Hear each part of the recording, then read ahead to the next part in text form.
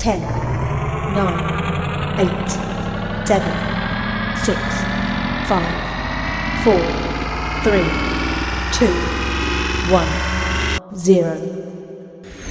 Look, up in the sky, it's a bird. It's a plane! There's no need to fear.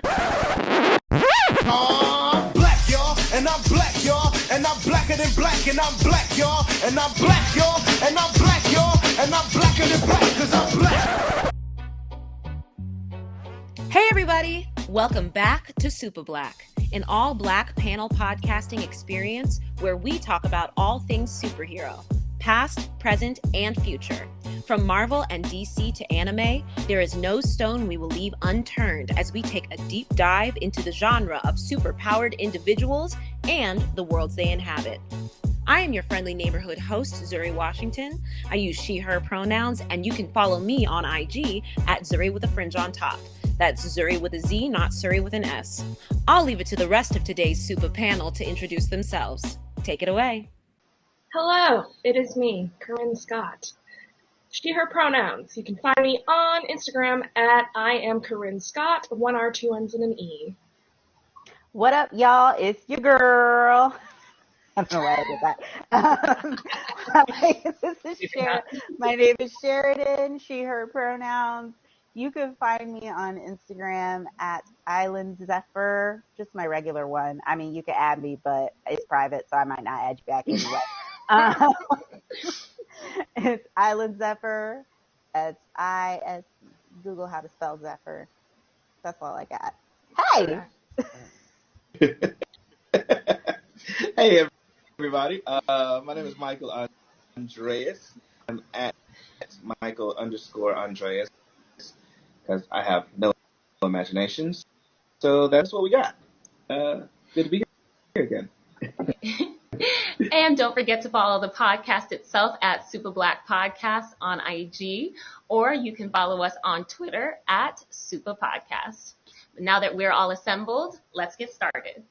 Today, we are going to be taking our first Dossier Deep Dive into the one, the only, the Black Panther, Wakanda Forever. Thank you, gods, for giving us T'Challa.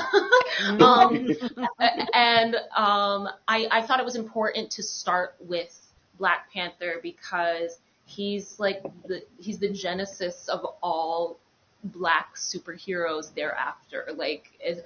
He is the beginning of everything. His beginnings were not very PC, of course. It was wild, a wild time with the Fantastic Four in the jungles of Africa. But what he has become and what the Black Panther has become in mainstream and modern day comics is so important to the zeitgeist. And I thought it was a great time to start from there. So I guess we can start from wherever we want. It's our show. But I think I want to start from what the Black Panther means to all of us and our introduction to him. Because obviously the Black Panther is a moniker more so than it is a character. T'Challa is the Black Panther at present, but there have been plenty of other Black Panthers throughout history. T'Chaka, his father, obviously, the Black Panthers that came before. They're just the rulers of Wakanda, and they take up that mantle once they become kings and or queens of Wakanda. And Shuri, which obviously has been the Black Panther. She has a really sick outfit, actually, that I'm like, should I cosplay? Yes. The answer, yes. The answer is yes. But yeah, tell me more about what you guys think about Black Panther in general. I mean, I didn't really know about the character of Black Panther when I was a kid. I knew about Storm, and then I learned about Black Panther because, I watched the X-Men cartoons, and I was like, Black woman, yay, she's amazing. And then later on in my own personal research, I was like, oh, Black Panther. Oh, I'd heard about it, but seeing the character and seeing like, oh, there's this whole incredible place inside Africa where colonizers haven't touched it, and it's amazing. And God, I wish it was real. Why isn't it real? Oh. Therein lies the rub. I vaguely knew of Black Panther, same as you, Sheridan. Like, I knew he existed because of the X-Men and Storm.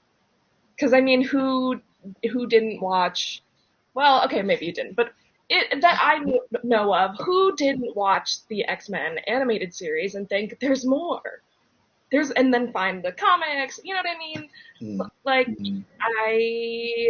I have a terrible confession to make. I did not see it in theaters. I was... You're fired. You're honestly fired.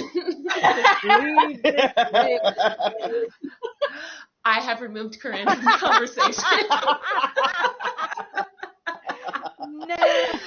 JK, she's back. I was away on a contract, actually. This was the height of Movie Pass. I don't know if y'all remember. Oh, I was Movie Pass down. Exactly. So I was in the middle of a contract, and I remember what else came out at that time? A bunch of people went to go see Greatest Showman, and I was like, I'm going to sleep because this is our one day off. I'm glad you didn't say I went to go see that instead. Absolutely. That would have thrown things at you. Yeah. Let me go see this movie that is whitewashed. No. about this awful con man, showman who was racist and terrible and everything. They made him real nice, I'm sure. Black Panther as a movie was so important to me that I was like, okay, I think people are going to vote because of this movie. That's like literally the thought process that I had, because the year that it came out, and I was like, the way that it was presented, and people were doing literal showings and being like, come to vote now, like register to vote. So anyway, that's why I could not have ignored it, no matter where I was in the world at the time. I had such a visceral reaction in the movie, especially just because it is a way that our people portrayed, like, on a screen that way. Like, not only was he a hero, but he was a king. And not only was he a king, but he was a king of the richest in the world. In the same universe that Tony Stark exists, you know, who is a super rich, super influential playboy kind of character, but he was a black man who makes it look like he's not even a rich person, because he's like, I'm a king. I'm also a king. The fact that Marvel, that they would take a character to auspicious beginnings, but then elevate this character, you know, a world ruler, is just something that I'm able to actually see on a big screen. Throughout that whole movie, I was just like, yes, and the tears were rolling. And so I came to him rather late, to the Black Panther mythology also late. But once I learned about him, like, I was like all in on that Marvel Unlimited, just filling up all of the Black Panther goodies that I could get my hands on. He's easily tied for Batman as my favorite character, and he's close to surpassing him. Yeah, I think what's interesting about T'Challa to me is that, I mean, he's Jamal, actually, who's a guest of the podcast sometimes, or a co-panelist of the podcast, if you will. He posted something about this the other day, in terms of how T'Challa presents. And T'Challa is the pinnacle of black manhood, is like, or what we are told black manhood should be. He is powerful. He is a ruler. He is a king. He is in charge of his own destiny. He is very much like no ifs, ands, or buts. He is the one that you go to when you have an issue, a problem, etc., etc. But there's also been a lot of talk since the What If episode, where what if, what was it actually called? What if T'Challa was Star-Lord or something like that? And it allowed so much more levity to be brought to this, like, he was still powerful, he was still commanding, but he was able to crack a joke. He was able to be something a little bit more, not that T'Challa is not three-dimensional. I still consider T'Challa to be a very three-dimensional character, but it kind of went beyond what we are conditioned to expect of someone of his ilk. And so it's really fascinating to hear the conversation that's being had about, like, you know, rest in peace Chadwick Boseman, but what could have been if he was still alive, and what could have been brought to the character in future iterations, aside from this kind of how we were introduced to him, which, like, obviously he was going through, like, a lot of grief. His father died. Like, there was, like, a lot happening. So he had to be strong. He had to be strong for his mother. He had to be strong for his sister. He was the man of the house. He was the man of the kingdom. Like, it's like there's a lot riding on his shoulders. It's like Thor, you know, the first two Thor movies, and in a lot of that first couple phases of the MCU, Thor was this stoic, no nonsense character, and then Taika Waititi was like, "Hey, let's play it up. Let's have some fun." Let's have some fun. He admitted that he was getting really bored with this version of Thor, and the more time you have with the character, the more you can play with it. And it's, you know, I think it's we can't talk about Black Panther without talking about Chadwick Boseman, because he is that character, and he is that first introduction to the MCU for so many people. And for a lot of people. Especially, I mean, God, I remember seeing people getting dressed up, pictures of people dressed up at frickin', what is that movie theater on 125? At the Magic Johnson. Oh, Magic Johnson, yeah. Completely dressed to the nines. I mean, I wasn't here, but, like, on Instagram. Thank you. Completely dressed up to go see this movie. Like, it was an event. Yeah, I got red Kanekalon hair. I put my hair in Bantu knots. I had braids. I was, like, out here doing the most, and so were a bunch of other people. I wasn't at Magic Johnson because I can't stand the Magic Johnson Theater. It's too much for me. but that's me as a native New Yorker. I know what I'm expecting when I'm going to the Magic Johnson Theater. But I think I wish that my brother were here, Omar, because he is very of the opinion.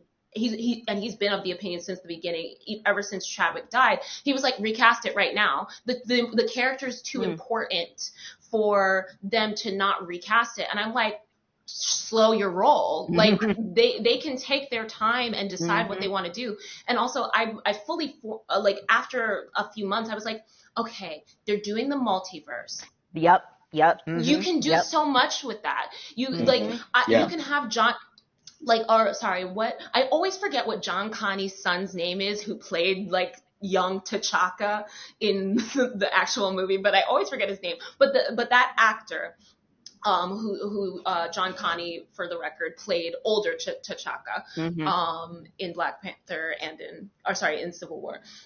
And I thought that, like, they could bring that actor back to be a version of T'Challa. They could do so many things in the future that don't require for the exact same actors to be playing these roles. Obviously, it's a new dawn, it's a new day in the MCU, where they are like, okay, we're turning over a new leaf. We have America. We have what's her name from the last thing I just watched? Miss Marvel. We have Isaiah Bradley's grandson, Elijah. There's so many younger, more diverse bodies that are being represented. So they are doing it. That Yelena Belova as Black Widow. Like, we have so many turning overs of these mantles being passed down. Ironheart's coming, and I'm really excited. I was like, y'all, that trailer, I had to pause it halfway through, because as soon as because the music started, what was the actual first song? It was No Woman, No Cry. No Woman No Cry, and then the transition into Kendrick Lamar's All Right. I lost my mind. I was like, I'm sorry. I have to pause. This is too much for me, and I don't think I'm prepared. And I'm not gonna watch any more trailers because unfortunately, Disney's been doing this thing recently where they just spoil the whole movie, and I'm like, in the trailer. No. So I will be not watching any other trailers in advance of the movie, but the character is important. The character is so important for the history of comic book Black characters. He's the first Black character that had his own title.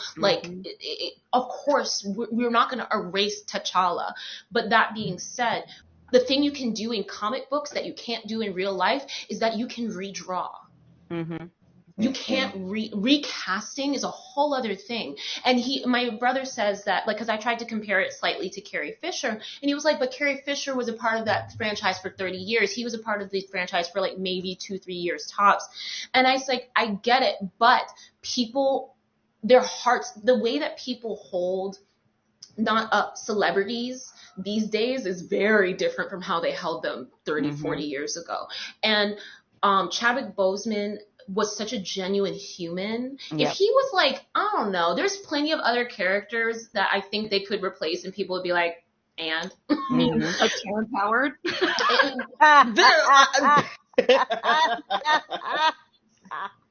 Man, you went there.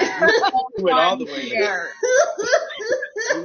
And that was a great choice. It was a great choice, man.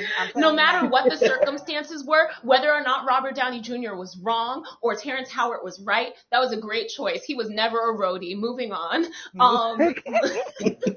But exactly, I think Ryan Coogler, as someone who was close to Chadwick, this is too close to their hearts. Yeah. So to ask them to just recast and erase their friend, because you're worried about erasing the character, and I'm thinking you're erasing their friend. Yeah, that's a human, and their husband, a beautiful human being that he was. Such an impact as a person on that entire universe. On Ryan Coogler and the people that were just involved in the Black Panther. And I see absolutely nothing wrong with taking a moment to honor him and the obvious impact, because we get in such a rush these days to just move on past, somebody when they're gone. And I think a tribute to how amazing this person was, that this bajillion-dollar movie or whatever, however much, take time to honor him and not just brush him to the side. And also, something that I look at, the same feeling that I got seeing T'Challa as Black Panther, I would love for some of my sisters to have that same feeling when they see Shuri, because who else have they really had to look up to, see in that representational manner? There's nobody that's represented on the big screen for our, they go hard for the MCU on all levels, giving them this opportunity, even if it's just for this movie, and you find another way to bring Killmonger or M'Baku, whoever it is that you pull on. If you want to give a film for some of the sisters, no problem with that whatsoever. And I think this upward is a little bit much for me. When you were talking about making one of the women Black Panther, in my brain I was like, Angela Bassett. No, she'll never be Black Panther. Moving on. on. But my brain exploded just thinking about I love her. I love her down, but historically speaking, it has to be someone of the bloodline, and she can't. I know. Anyway, I know. But also her accent is so wonky. I love Angela Bassett down, but that accent is all over the place. She said, "Have I not suffered?" I was like, "That's American. That's full on Black American." Listen, Angela Bassett can do whatever she wants, okay? And she knows it, and that's why she's like, I don't give a fuck. It's true. She's basically Patti LuPone and Evita, just who cares? Who cares about this accent? Where we I don't give a fuck, Um, and you don't give a fuck because I'm me. And you're like, yeah. yeah, you're right. I appreciate though, Michael, the generosity of spirit with which you said that, because when I have this conversation with my brother, he's like, no, it's too early for Shuri to be Black Panther. We need more of T'Challa. He's like, I would say this to, I say this to his face. My brother's very misogynistic. We had a whole conversation yesterday actually about, we'll get into this conversation another time, but we were talking about the whole Batgirl thing that's been going on with the movie. And I was like, I was jokingly saying this. But I said that movie could have revitalized the DCEU, and now we'll never know. We'll just never know.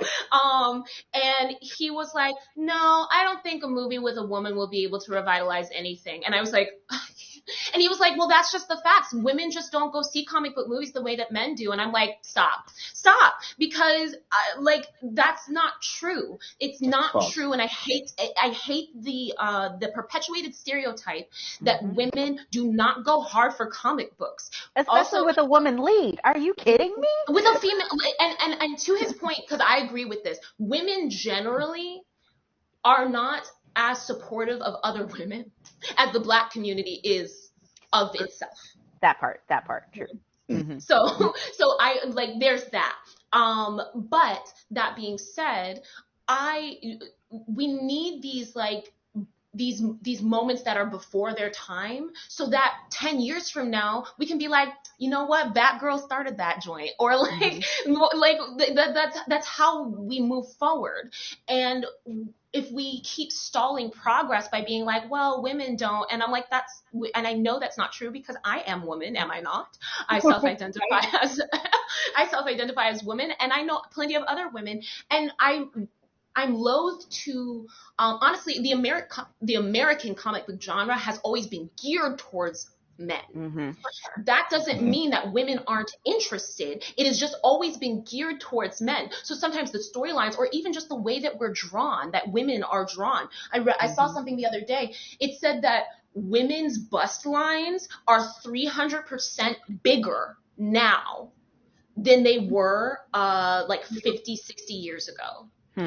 Because look at who their main audience is. Exactly. They were like, oh, well, it's men, so here are boobs. Like, and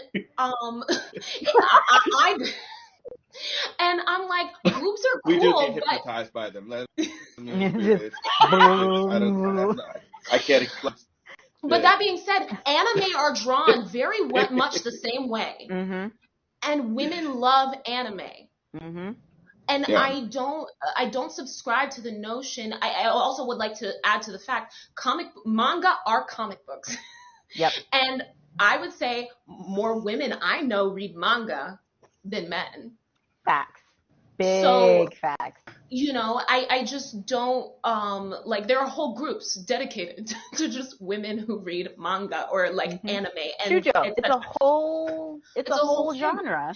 And I think, I wish American comic books would, I don't know if it's the separation that I want necessarily, but I wish there were artists who didn't have to bend to the will of these big companies in order to showcase, there are plenty of great storylines that are written by women. We have Ms. Marvel because of a woman. But generally speaking, independent purveyors of these things do not get the same shine. So you get some queer characters, but you don't get as many as you could. You don't get a lot of disabled characters, so many different things. You have to look at what Kwanzaa was saying when he was on Friend of the Pod. When he was on however many weeks ago, he was like, I had to sit down with the head of, I don't remember what the company was. I can't remember either. I know, it was middle something but he was saying, this man sat me down and was like, this is what it's going to be like for you as a Black man in the comic book industry. Was it Dwayne McDuffie? Was he talking to Dwayne? Yes, he's talking about Yeah. Dwayne. Mm-hmm. Yeah. He said, this is what it's going to be like. And he mapped everything out, and he was like, you are going to be the only one in the room. Mm-hmm. More often than not. And you're not going to have as much of a say, and it's going to be harder to get the characters that you want pushed forward because they're not white. And so you have to look at the people who are in, you have to, not that you can't really flip the camera in, comic book, but, you have to look at who's writing these comics and who's drawing these comics. Mm-hmm. And I think I think despite like the sadness with which it came about, this is a great opportunity to prove Letitia Wright in her personal life needs to calm down. But as a character, people love Shuri, and time has passed. Like 5. I'm not sure in the context of Black Panther 2 when this is taking place. If this is right after everyone comes back, I don't know. Are they mourning? Because are they mourning when T'Challa was snapped? I have no idea what's going on in the context of this movie right now. But if she does become the Black Panther, why can't we get our due as well? Why can't it be yes and instead of yes but? Yep. We didn't get enough of our time. You guys sit to the side and wait till we get our time first. That's not how progress works. Mm-hmm. I'm sick and tired of Black men who the gatekeeping is one way to put it, but what they do is white feminists do the same thing, right? Or wait for your turn. When we get ours, then you can get yours. Yep. But as Black women, we've been here waiting. Right. So why is this is not any different? It's like it's a very political thing to be represented. The amount of dudes on the internet who are so pissed when that trailer came out about there's not enough men in the trailer. Like, you didn't see all of the men in that trailer. You just harped on the fact that there may have been more Black women in the trailer. That's the trailer. Why are you mad about it? Why are you mad? And it's always the hotepery, like, we are being emasculated because they are only showing these women. Why do women gotta be strong? What about men being strong? This is a part of the system to try to break the Black man down. Okay, shut up. Shut up. Shut the hell up. Sit your bony, getting no ass down and learn something. You're gonna learn today. You're gonna learn today. Stop screeching, you little necrodactyl. Sit down. I was just so angry about that. Like, you sitting here being mad, and this is this beautiful tribute to Chadwick Boseman, to his T'Challa, and you being mad because there ain't enough men on screen. And M'Baku's a whole, he could be 10 men. He's a whole man. He is the man of men, okay? He's got thighs for days, and I enjoy looking at him. So, I'm it's okay. Like, I'm saying. Oh Lord, please help me. My spirit, y'all. I was going to say that, it's called a teaser for a reason. I'm sure they're not going to spend most of the movie mourning Chadwick Boseman.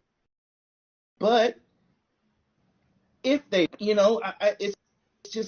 it's just all dumb to me at this point, because you don't have an opinion and your opinion sounds ignorant. So it baffled. I got into a whole Facebook back and forth over this. And he was just saying all this stuff, and I was just coming back with, like, why are we as Black people so afraid of change? And it's like, this is change. Like, it was what? It was either going to be a different person that's cast as T'Challa, or a woman's going to have to take over as Black Panther. Either way, it's a change. So you're the one that's not embracing change too, because, I don't know. I'm sorry. It's frustrating. It's very frustrating to me. That's the point. If you want to focus and nitpick on it not being to your liking, all you're doing, saying you're going to boycott it, you're going to, first of all, you're going to be there first night. So stop threatening. It's be their first night to see it. I don't buy that you're going to boycott this movie any more than anybody else. What message does that send to the people with the purse strings if we're out here imperial just because they didn't recast a character? It's about the dumbest thing. You would destroy our entire legacy. Yep. Yeah. For this one thing. That is insane to me. And that is why black men don't lead the movement. Oh. I said what I said. Like that's why black men don't lead the current day movement. They just don't. Like y'all had your time with Malcolm X and Martin Luther King, and that was it, and we moved on. We've moved on. And I was going to talk about the boycott, or the purported boycott. I don't believe those people either, no because they're going to be not a part of the moment and feel FOMO basically, and so they're going to be like, oh, I guess like I'll go see it, but I'm not going to be happy about it. Plus, their girlfriends are going to drag them anyway. Drag them. Yeah. Yeah. Like these movies are so important. What I do appreciate about Kevin Feige in general is that even when the movies don't do well, he believes so strongly in the vision of his creators that he allows them to continue. Because what I love comic books about is the storytelling. Yep. It's storytelling on an epic, grand scale. All of the human things that we deal with, but with superpowers. And so, and aliens. But like, what I think a lot of people, and not always, but most of the time they are male identifying. A lot of male identifying comic book fans are not watching for the storytelling for some reason. They're looking for the action sequences. Yep. They're looking for the occasional hot woman and like yada, yada, yada. I'm in the MCU and I am dedicated because of the storytelling that has been committed to. And so therefore, even if they could say, you know what, T'Challa's dead forever and we're never recasting. They could continue to say that for the next 10 years. And as long as they are able to justify it to me in their storytelling, I'd be willing to go along with that ride. Because it's all about, because they're giving allegedly Chloe Zhao, they're doing Eternals too. Eternals did not do well. No. Eternals did not do well at all for a variety of reasons. I think it was review bombed. I liked Eternals, but I know some people didn't. But that being said, I think that there's just a lot of hemming and hawing and like, people feel like they have to protect something that doesn't need to be protected at this juncture. I wish I had a nickel for the amount. It's, you know what? You know, these people are like the people who leave right after the movie finishes and don't wait for the mid credits and the end credits. They're the equivalent of those people. We all know that there are going to be mid credits and end credits, and these people still leave. I sit in the middle of theaters all the time, full of people sometimes. I saw No Way Home in a group of people. People were like standing in the back because I live in the Bronx and people don't give a fuck. They're just like, I'm not supposed to be here, but I'm just gonna.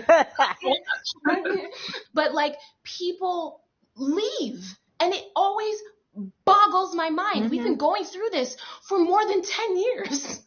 Damn near 20 at this point. Like almost it feels like it. I'm like, well, how old was I when the MCU started? Back in my day. Back in my day, the mid to late 2000s. For the end credits. What?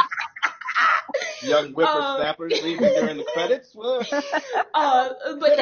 it's always crazy to me the amount of people that do that. So these people who are judging movies before they even come out are the equivalent of that. They're not willing to see the storytelling through and see what happens and see, because years later, because I have always stood by that I think Avengers Age of Ultron, it's not in my top 5 by any means, but I thought it was a solid movie. Yeah. And they continue to go, it's one of the most important movies in the entire cinematic universe. for a multitude of reasons. And also it gave me Paul Bettany in real life. How can I not be like, yay? Yay! Yeah. So yeah, I think we do ourselves such a disservice as fans by like losing our minds before the movies even come out. I was gonna say this. I know for all the black men that aren't gonna show up, there are gonna be a lot of Latinx men or folks from Mesoamerica. Like that shit is also very cool to me. And I was like, So you better exciting. bring Cougar. Come on, bring in that mythology. Bring it in. Bring it in. That dress was, Having indigenous legit. from that area. I don't want to presume like who's I haven't Costa looked it Rican, up yet. Yeah. I haven't looked it up, so I'm not gonna say. But that portion of the Americas and that folklore and that mythology has so many bad connotations from just colonization in general and being like, oh, they're blah blah blah, savage, blah blah blah, whatever. Much like Africa, and now Ryan Coogler said, bump that, bring it in, bring it in. And so, you know, yeah, you mad little hotep, sit down, because guess who's going to show up instead? All right? We all going to be up in there together. It's going to be a party. Ryan Coogler is one of the most prominent directors, let alone the most prominent black directors. And you want to be black male, he's a black male. Like, support this man. Support his work. Support what he's doing. He brought Compton to Wakanda. Like, that is excellent. The storytelling in the first Black Panther was so good. I was like, oh my God, wait. I know everything Ryan Coogler does has to go back to Compton, and I get it because that's where he's from. Like he understands that. So the lens through which he makes pieces, which is why you need to diversify your directors. Taika Waititi's perspective is hella important to why Thor looks and feels the way that it does. New Zealand humor is very much all through that. like Kiwi humor is wild to me. Anyone who loves what we do in the shadows should love Thor. Wellington Paranormal. And he actually pokes fun at the MCU in an episode, a recent episode. I was like, oh, this is hilarious. This is amazing. I love it. I just think it's such the direction they're going. And speaking of Namor and the whole Mesoamericas and what they're doing with that, because I started thinking, of course, because how am I not going to? I started thinking about Aquaman. We don't have to get on a whole tangent about Aquaman because this is about Black Panther. But in terms of representation, this was a thing that I thought was a missed opportunity with Aquaman because I was like, cool, Jason Momoa is Aquaman. Great. I feel good about that. That being said, the Atlanteans are the ones who should have been the people of color. Not the other way fucking around. I was like, I'm sorry. So she found some random man who of Maori or whatever heritage on this island in the where there were no other people of his heritage. And I was like, okay, none of this makes sense. Like in Sweden or something. Yeah.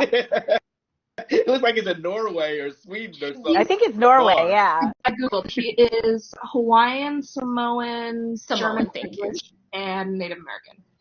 Thank you. I was like, it's something that I was like, I don't want to assume it's The Rock, but it's The Rock. Samoan. Because there are like 3 Samoan actors that I know of vaguely, and 2 of them are Jason Momoa. Jason Momoa. LOL. Jason Momoa and The Rock. But yeah, it's just so there are so many missed opportunities in so many, even the MCU can miss every once in a while, but for the most part, they've been doing such good work. And I've been so happy with the cultural representation and the forethought that they have put into how they cast their pieces and because they know to those of us who are marginalized, our representation means the world to us. And representing us correctly is so important, especially given the history of comic books and how we have been represented in the past. Whether that's whether that's from the way that we've been drawn, where we look ashy and like just like not good. Like black people look gray in the 1950s and 60s. Like they don't look good. Nowadays we get like where's my Black Panther comic book? This is my Ta-Nehisi Coates comic. But like just the way they draw the skin, it's just so lush and like dimensional and like they're inhuman. How about that? We instead of feeling like we're othered, even in the context of stories that are meant to like be like, oh look, we have a person of color. I was reading Moon Knight. I've been reading from the beginning. And there's a lot, sometimes at the beginning, they're like, hey, we're sorry we ever did these things, but these are the comic books as they were presented. And because they're like, you jive, man, like a lot of jive talking. And I'm like, oh, what's happening? This is the 1980s, mind you, or like late 70s. So it's not like appropriate at all. But yeah, there's just there's been a lot of bad representation. So to have not just color blind casting, again, color conscious. Color consciousness is where I want us to head to. Not just like, oh, well, Jason Momoa is one of the biggest superstars in the world right now, so we cast him, and then his dad, of course, like, and then that's it.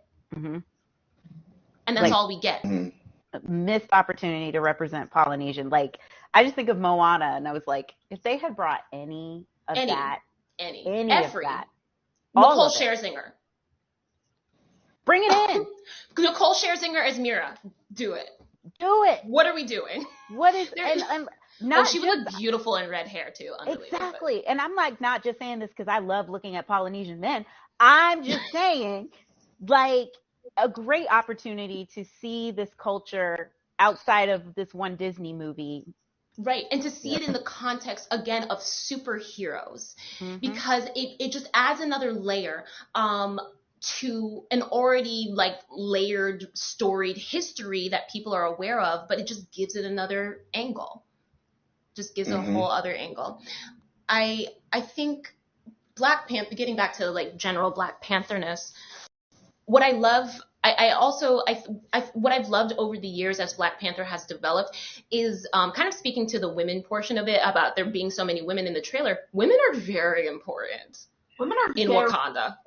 They're extreme. Like they kind of started out like the Dora Milaje like started out like a little like suspicious, but like they've become some of the most influential characters in the universe, let alone just in Wakanda.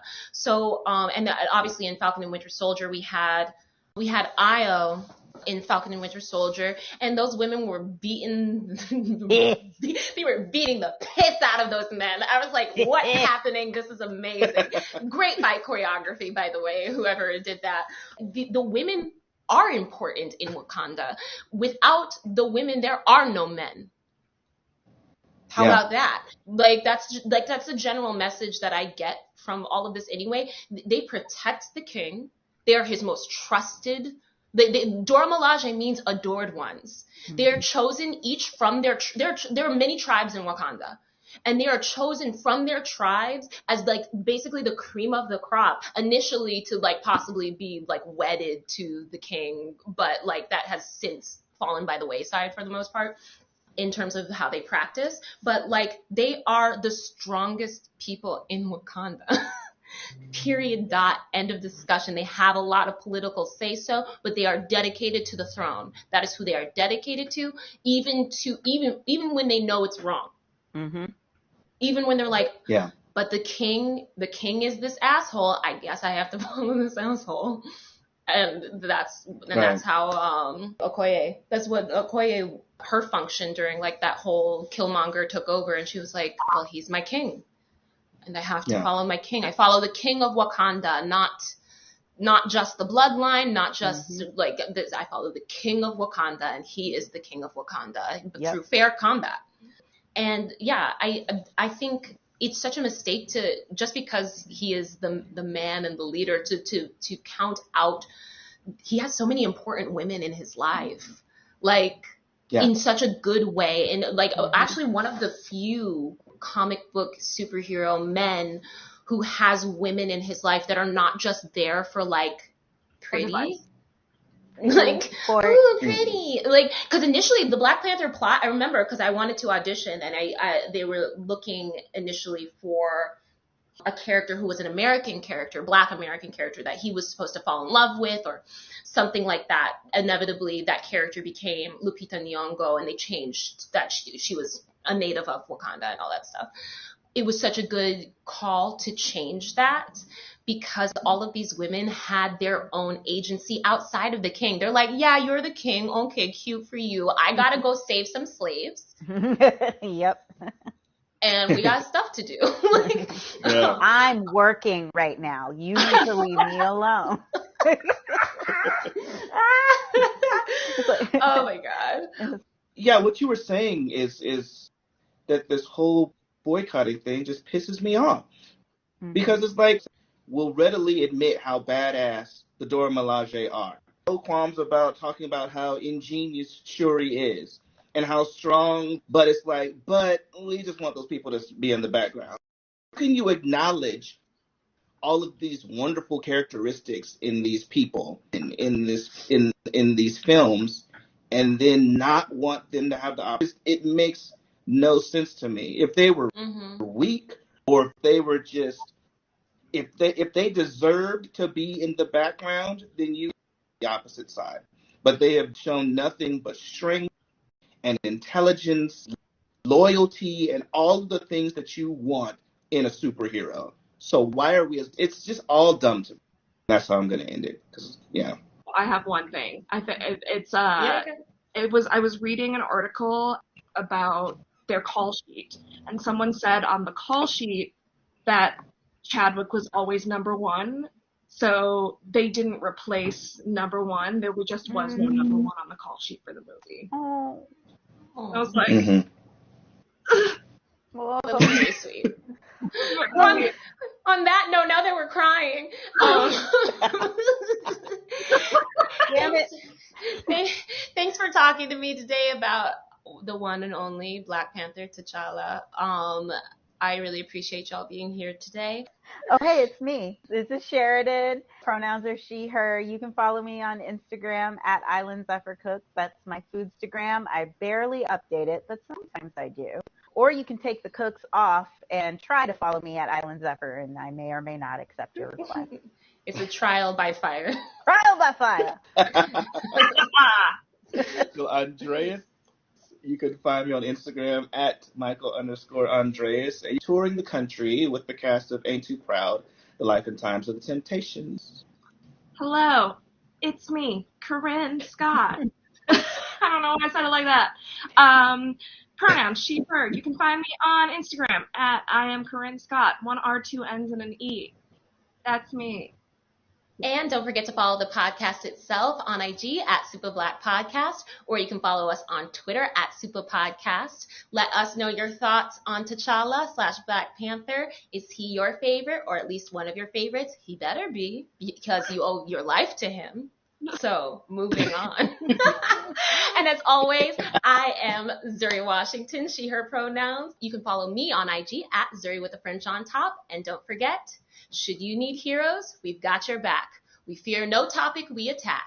If conversation is what you lack, you'll find it here with Supablack. YIBAMBE! Wakanda Forever.